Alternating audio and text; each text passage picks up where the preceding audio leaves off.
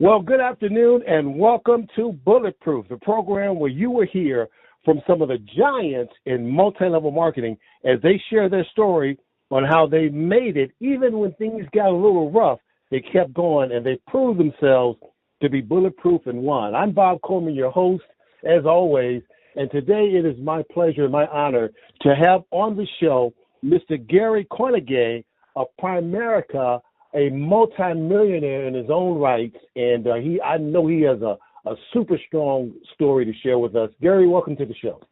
Well, thank you so much, Bob Coleman. I appreciate you having me on the call. I'm excited about getting this great conversation going with you about an industry that you and me love so well, so thank you. Absolutely. Now, for those who may not be aware, tell the people, the listening audience, a little bit about yourself. Well, I am just turned 56, actually, a couple of weeks ago. And I'm from Los Angeles, California, South Central to be exact. My dad and mom, my dad's from North Carolina, my mom's from Louisiana. They moved to Los Angeles back in the 50s to get away from what they called Jim Crow back then in the South. And my dad got called to the ministry in 1971 and founded his own church. And my mom was a school teacher with the Los Angeles Unified School District. So we grew up in a household. We had, preachers and teachers. And myself, I have three other brothers. My brother James is a year older than me. And then it's myself, and then my brother Dale, who's 5 years younger, and then my youngest brother Jonathan, who's 12 years younger than me. So it's four boys, and we grew up in a really, really, really tight family. My parents were also business owners. They owned a maintenance company. We cleaned office buildings and grocery stores back when I was a kid, and but also affluent people's homes as well.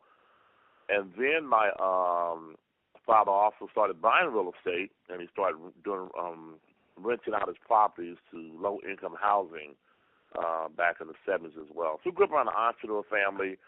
My dad never really had a job. He always owned his own business. My mom did work for the city of LA as a school teacher, so we can have the health insurance and the benefits.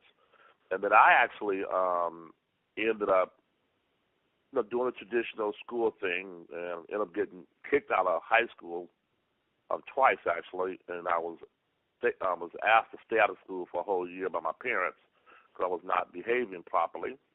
And then I went back to check myself back in high school at age 18, and I went to adult school as well at night just to get my credit so I could graduate. And in that particular school, I met my wife, Patricia, and I've been married now to her for 33 years, bringing up for 36 years. And I was a paramedic by trade from age 19 to age 24. And my wife, Patricia, was a clerk tied to the city of Los Angeles before we actually got introduced to network marketing. Wow. That is quite a journey. How did you know that this industry, multi-level marketing, was for you? How did you know that? Well, I didn't know that. I'm going to be honest with you. I was tricked to go to a meeting, okay? And I say tricked, and I hate to, it's probably not a good word to say, because I assumed. I won't blame it on my cousin, but my cousin came by my home. I was actually working, like I said, in the medical profession. I liked my job. I didn't like the pay, but I liked being a paramedic was fun. We're 19 years old, and you get to drive fast and save lives and feel like you're important, at least up until I got my paycheck. And so I never thought I'd do anything else other than be a paramedic with the fire department. So I worked for a small private-owned company first. My goal was to work with the fire department. I was going to live happily ever after as a city or county employee. And my cousin came by my home and asked me to go with her to a meeting, and she just said a meeting, and that could be anything, right? She's an evangelist, a full-time evangelist, and has been a minister as long as I remember. So when she came by, I thought she wanted me to go to church because she said meeting. So I can only associate my cousin Bertha not with business. I associated her with church. And I'm a preacher's kid, as you know. So when she came by and asked to go with her to a meeting, I told her no. Because I was not interested in going to church at that point in my life. I've been in church my entire life as a kid, being a preacher's kid, and I took a vacation from church. And so she came by, I was like, oh, no, here comes Bertha. Oh, God, she ain't going to let me off the hook. because she's a hardcore Bible-toting evangelist, and she ain't going to take no for an answer. And so I kept telling her no, and then finally I lied to her, and I said, Bertha, I'm in a basketball league, which that actually was the truth. And she said, well, you could miss a game. I go, Bertha, I have a game to go to tonight. And she said, Gary, you could miss a game. Come go with me to this meeting. And I said, Bertha, I can't miss this game. And then she just kept harping on me. So I lied to her and said, Bertha, I got paid $20 to play this basketball game. And I took the money already, and I got to go play this game. And I thought that would be like the last straw before she said, okay, bye, I'm out. You know what she did? She went in her purse and took out $20 and hand me $20 and said, here's $20. Go pay them back. I want you to do it. And I'm going to tell you something. I needed that $20. I ain't going to lie to you. So I took the $20. I went inside my house, got dressed, thinking I'm going to church, hopped in the car with my cousin Bertha and two other women. I don't know who these ladies are. I just know it was four of us in the car. And off we go to what I thought was church, and we ended up in a Primerica meeting, man. I was so upset with myself. I was so mad. Not at her. I was mad that I took the bait. I mean, man, look at you now. You're in a financial meeting. You have no financial background. You got kicked out of high school. These are smart people. This is financial services, Gary. This is me talking to myself. And I'm going to tell you something. Had I drove myself, I'd have left. But because she drove me, and I didn't know where the heck I was, okay, I'm stuck in this meeting. I can't leave. And, man, they showed the compensation plan at the end of the dissertation, and I was hooked. I was like, oh, wow, man. You know what? I don't know what they do. I don't know how they do it. But if they'll hire me, I'll do this. I'll learn it like I learned how to do CPR. I'll learn how to stick an IV and cut trachs. So if I can learn how to stick an IV and cut somebody's throat, unfortunately, so they could live, I can learn this. And literally, I went home and I quit my job the next day. Wow. You know, you just dropped a nugget. You really did. You just dropped a major nugget within that story. You said something very significant. You said that if you had driven yourself, you probably would have left. That's powerful. If you had driven yourself, you probably would have left. So I learned I picked up two things from you saying that. The one thing I picked up was how we judge ourselves. And sometimes we're our own worst enemy. I guess that's a better way of saying it. Because you just said if you had driven yourself, you probably would have left. The next thing that I realized from your statement was your aunt must have had a really, really nice car. Because I know from watching one of your videos and you were picking up a limousine and you said this car was made for you not to drive but to be driven. Right. No, but all jokes aside, you know, that was really a powerful statement when you said, you know, that if you had driven yourself, you would have left. Yeah, and Bob, I didn't know about no multi-level. I just knew I wanted to make some extra money, and this club was offering me a chance, and they didn't ask for my resume. You know, they didn't ask for my qualifications. They didn't even ask if I had a high school diploma. You know, so I thought that was kind of weird. You know, like, okay, well, most interviews ask for all these things like experience and let me see your resume and what's your education. This company never did. I said, well, let me get on board because this, you know, they may change the rules after I sign up and not hire anybody like this ever again in a group meeting. And then the multi-level side of it, I learned later. I was in the business 5 years. I'd made $600,000 in personal income my first 5 years. I didn't even know crap about multi-level. I just knew how to go out and sell some financial products and make money. I learned multi-level later, actually. Wow. That sounds so familiar because I think we came in this industry within the same doorway. Share, if you would, a bulletproof moment in your career, a moment where the normal person or most people would have thrown in the towel. You know, things got kind of rough for you, but you proved yourself to be bulletproof and kept going. Can you share one of those moments with us? Exactly. I'm glad you said one because I got many. Because it's a part of the game. It's a part of being an entrepreneur. And it has nothing to do with multi-level. It has everything to do with entrepreneurship. You know, when you step out on faith and you decide to go out and do something different, you know, failure has to challenge your vision. You know, your vision is not authentic until failure has tested it. A lot of people think it's going to be a cakewalk through anything in life. You want to be a ball player, an entertainer. You want to get your education. You want to go into ministry. You want to, climb Mount Everest. You're going to always have something, some obstacle set in front of you to challenge how bad you want that. And so, obviously, at that time, I didn't know all that. I just felt like life was beating me up, and I felt like the devil was picking on me, and woe is me, and having a pity party as these things are happening to me. Why me? Why me? Why is this happening to me? See, not realizing it just happens to everybody in a different way. So I'll give you one, okay? And this is big. Unfortunately, my brothers were involved in the drug trade in Los Angeles, okay? Even though we were preachers' kids, they always say the preacher kids are the worst kids. That's a cliche, of course, but it was true in our household. I'm one of four boys, and all my brothers got involved in the drug cartel, and one got involved in gangs. And thank God I got picked up by my cousin and took that meeting back in 1987, right, in the height of the drugs and gang war in South Central Los Angeles. I'm going to these little Primerica meetings, and not knowing that God was protecting me from the streets by getting me to go to these self-improvement classes that Primerica was doing. But my brothers didn't want to join Primerica. They were busy doing what they were doing. So, lo and behold, I get involved in Primerica, and every Tuesday night we have our open house, what we call the opportunity meetings. I'm getting dressed to go to the meeting, and all of a sudden I walk outside. I'm waiting for my wife, Patricia, to come out so we can hop in the car and go to our traditional Tuesday meeting. And my older brother, James, has this little bit of an attitude. I could see him sitting on my mom's porch, and I go by and say, What's up, bro? He said, man, somebody jacked Dale for his jacket.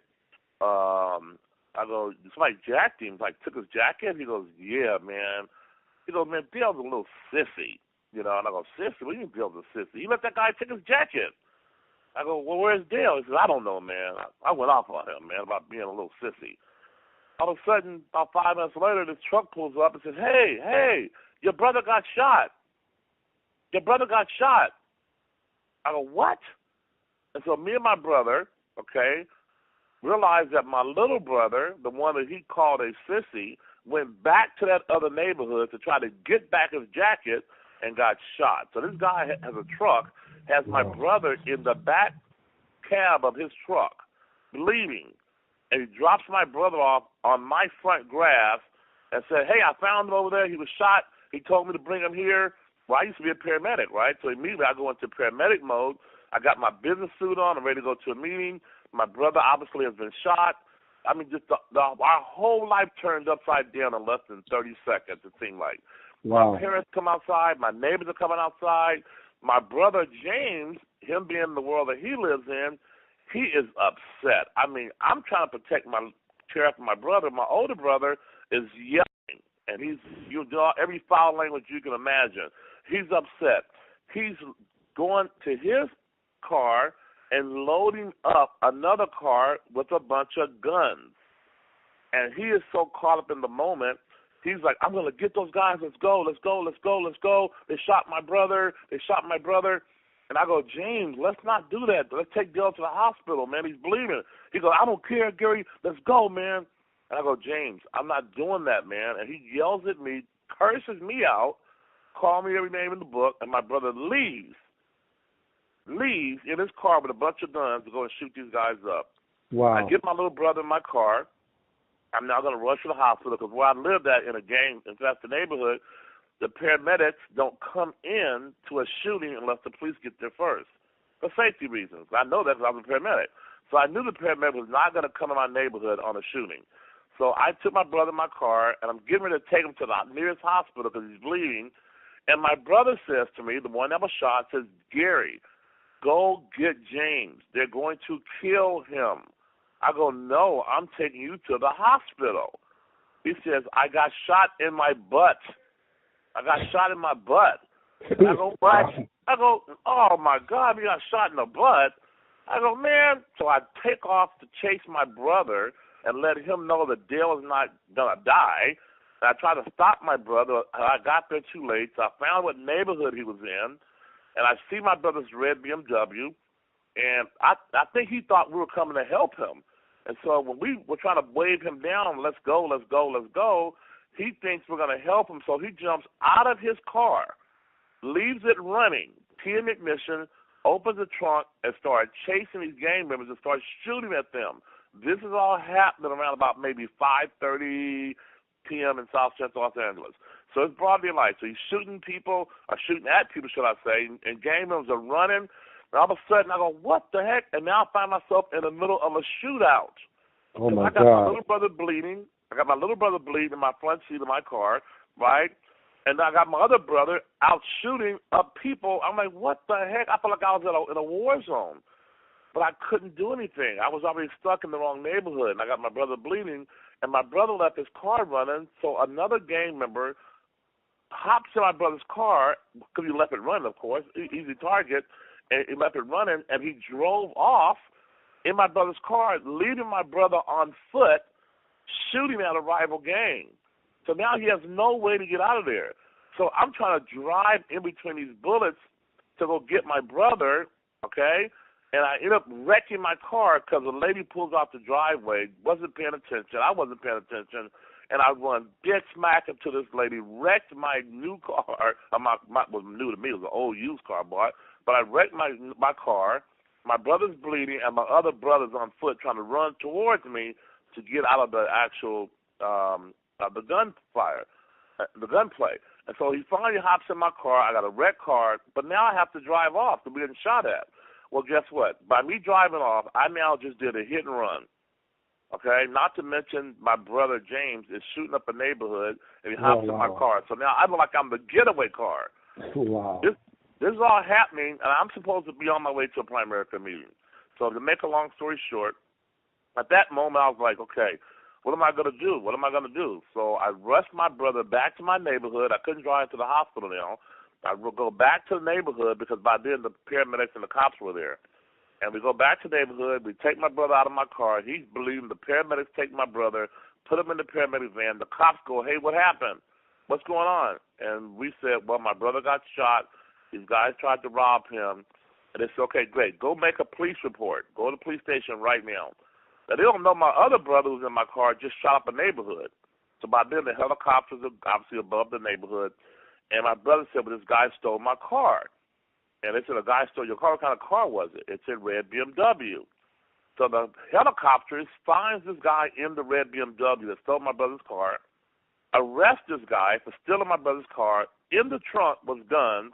And the neighbors in that neighborhood said a guy in a red BMW hopped out and was shooting, and they arrested that guy for the shooting, arrested him for stealing my brother's car, arrested him for shooting my little brother. How about that? And I go to the police station, I make a report, and off I go to a Primerica meeting. And I get to the Primerica meeting, and before I pulled into the parking lot, I have a little nervous breakdown. So I realized what I was just involved in. I was scared the cops were going to come arrest me in the Primerica meeting. I was scared my brother was going to die in the hospital, okay? And I'm trying to get my composure, and I end up going into the Primerica meeting, got there right on time, set the entire meeting, and no one knew what happened. Well, I'm in business today because I made that decision, because I would not let failure, Mr. Failure, stop me from going to my meeting. And 31 years in the business, to this day, I've never missed not one single meeting, because I know if I miss a meeting, I can go back to being Gary Kornegay, a $5 an hour guy working as an EMT. OMG. I mean, that was absolutely incredible, because I just knew you were going to say that you didn't go to the meeting because, I mean, let's face it, we've both been in this industry, and people have not shown up for meetings for a lot less than that reason.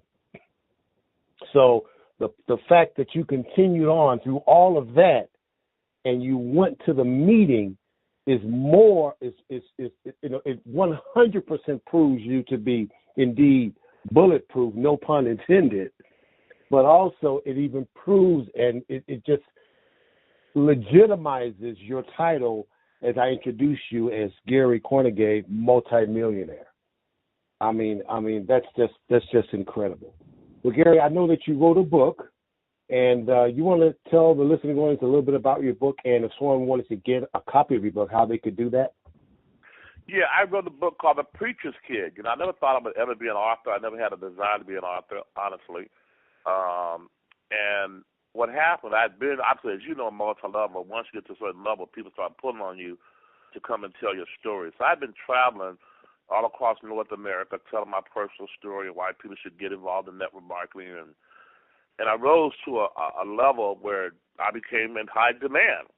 And so back then, Bob, people were taping me, you know, so I would go speak for you, let's just say. You got 2,000 people in the room. And, you know, and you would put a mic on me, of course, cordless mic, and I'd do my thing. And this one guy who's a friend of mine named Shane taped me and didn't tell me. Not that I cared, but he actually mic'd me and then mic'd me directly to his system, and he created the CD of my talk. It was called The Corporate Prison, and how I related corporations to prisons and how people are institutionalized, okay, just like a prisoner is institutionalized, where they can't get away from a boss and a guaranteed paycheck. They're so stuck in that corporate prison because they've been institutionalized. I did this whole talk, and I was 27 years old back then, okay, and I had no kids, and I just did this talk. That was it. I got off stage, and that was it. Years later, this guy walks to me and says, "Are you Gary Kornegay?" And this is at a company convention. I go, "Yes, how can I help you?" He says, "Oh, my God, your CD changed my life." And I thought maybe this guy don't know who I am. I don't have no CD, right? Then another guy came up to me, "Hey, Mr. Kornegay, can I get your autograph?" And I go, "Sure, young man." You know, he said, "Man, oh, my God, your CD, I probably sold about 200 or 300 of them." And I go, "What CD are you talking about?" I'm like, I don't have no CD, you know? Right. And then so finally, like a fourth or fifth person at this convention kept saying, "Your CD changed my life." I go, "Could you do me a favor? Like, can you get me a copy of the CD? Because I don't have no CD." And the guy says, "Oh, no, go to Shane Rubin's website. He sells your CD on his website." I go, "Website?" So wow. I see my buddy Shane at the convention. I go, "Shane, there's some CD that people keep telling me about." He goes, "Oh, my God, Gary. Remember that time you came to Kansas City and you did that meeting for me?" I go, "Yeah, why?" He goes, "Gary, we recorded it, and that CD is the #1 selling CD on our website." And I go, "Well, can I get a copy of it?" You know? Right. That's a compensation. Yeah, a copy, exactly. "Can I get a copy of my own CD?" And so he said, "Sure, man. Tell me what I'll do. I'll send you one." And so sure enough, he mailed me a CD, and I listened to my own talk, and I went, "Wow, that sounds really good," you know. But then I asked him, "Shane, how many of these CDs have you sold?" He goes, "Probably 50,000. I don't know. I give out when a new person comes to my meeting, we give them out as a gift at the meeting. So all my guys, they buy like boxes of them, and then when people come to the meetings, they give them to their potential prospects. And every time a person listens to it, they want to join the business." I go, 50,000 at $5 a pop? I never thought about that side of the business. You would have never thought it was a business. Absolutely. You know, but he made the business. So I'm not going to get mad at him because I didn't copyright it. I didn't really care. Plus, he was making me famous, too. I looked at the other side of it. So finally, I got frustrated, Bob. Years go by. Years now. That happened in 91. In 2001, it happened again. I go, "That CD is 10 years old." And this guy goes, "Sir, it's still selling." I go, "Well, you know what?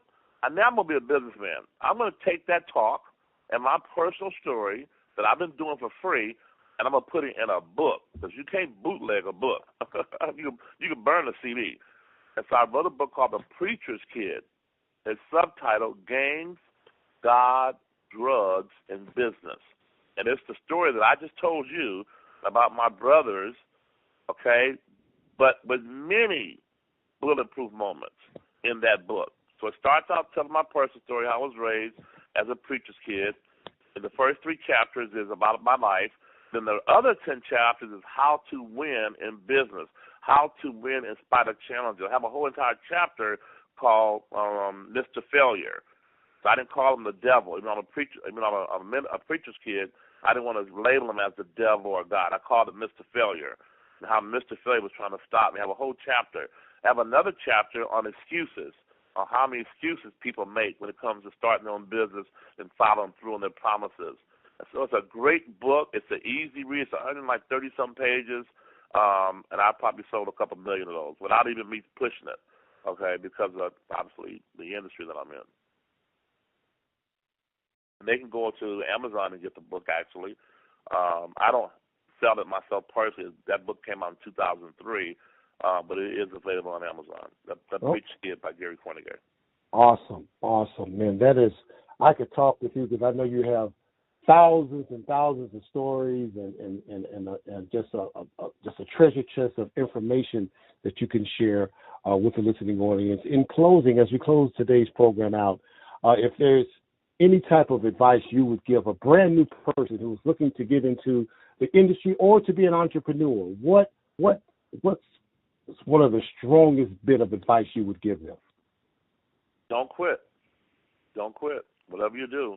And I'm going to make sure I add this to this piece, because don't quit sometimes can be very misleading, because people think they can just sit around and do nothing, they're going to win. Don't quit working. Make sure you add that piece in there. Don't quit working. I know you guys see all these motivational speakers and on podcasts, and you watch all these people on the different YouTube channels, and you subscribe to all these motivational speakers. They say, don't quit, don't quit. And they leave out the part, don't quit working.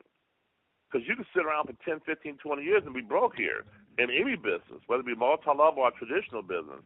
But if you got a dream and you got a vision and you have an opportunity, that's the key. A dream, okay, maybe buying your mom a home or retiring your dad or quitting your job or paying for private school for your kids, that's a dream. If you have a vision, I want to change the world, I want to do something big, I want to make an impact on my short time I'm on planet Earth. So you got a dream, you got a vision, and the opportunity. That means an opportunity to go make that become reality. If you have that, all you got to do is don't quit working. Don't quit working on that vision, on that dream. And obviously, multi-level is the greatest place in the world to learn entrepreneurship. Why? Because in traditional business, you're going to have to put in $25,000, $100,000, even more. You know, one of my young men I'm mentoring, he just bought a Subway, a Subway franchise. He paid $250,000 for it. All right, he didn't just buy one; he bought two. It's 5 partners, young African American guys, fresh out of college. They partner up, set up a corporation, and they buy 2 Subways at $250,000 each. Now, watch this. He's only been there like 9 months. He's my next door neighbor, right next to my office, and he comes in every now and then just to say hi. And I asked him, I said, Rafi, what'd you pay for your Subway? He said, well, $250,000, and we bought 2 of them. I go, if you don't mind me asking, what's a good profit for you guys? He said, well, the average Subway does about $10,000 a week in sales, the average Subway, $10,000 a week in sales. I go, and then what do you net, if you don't mind me asking? He says, about 1,000. I go, what? We net about 1,000 a week. I go, 1,000 a week. That's 4,000 a month. He says, yeah. I go, then what do you do with the 1,000? We have to split it 5 ways. Wow. So he makes $200 a week. $200 a week. But he's put up $250,000 for each franchise. Now, in multi-level, we can get in that for a couple $100, and if we make a mistake, we still don't lose. Even if you say, well, Gary, I got involved in multi-level, I paid $200 for this thing, it didn't work. But you get the education on health and nutrition. If it's a health and nutrition company, well, yeah, I learned how to eat, I learned how to take care of myself, learn how to work out properly. Okay, then, so you still benefit because you got the education of that company and that product. Get it? Whatever the company is, you're going to learn and get an education on whatever that product is and how to run a business for the price of whatever it costs to get involved. And you get the support of a multi-level marketing company like a franchise. Because Rafi bought a Subway and not started his own business where he started from scratch because Subway gives them support, and they have the name, they have the back office, they have the legal, the marketing, the advertising, the accounting, the compliance. All the things that he would have to spend millions on, he said, I'd rather buy a Subway because they take care of that. See how that works? Well, multi-level is franchising on steroids because you have the same exact thing, but instead of putting up $250,000 and dealing with payroll and employees, you have the network marketing company take care of all that for you, and all you have to do is recruit and staff the company with part-time and full-time people. That's my answer. Oh, wow. Well, thank you very much for that answer. I mean, that says it all. That sums it up. You know, it is a pleasure to have you on the program, Bulletproof, today. You have definitely proven yourself to be bulletproof, and we wish you continued success as you go on with your business endeavors. Thank you, Mr. Coleman. I appreciate you, and I look forward to working with you in the future. And hopefully one day I'll get a chance to have you out here in California. As a matter of fact, I'll be out in California in about a week. I'll be out there for a few days. Well, give me a call. We'll grab lunch. We'll definitely look you up. Well, guys, that's the show for today. And in closing, I like to always say, as usual, if you believe you can't, then you won't. Never, ever quit. And definitely, like Mr. Kornegay just said, never give up, but keep working. And remember, in all you're getting, get bulletproof. Have a good day.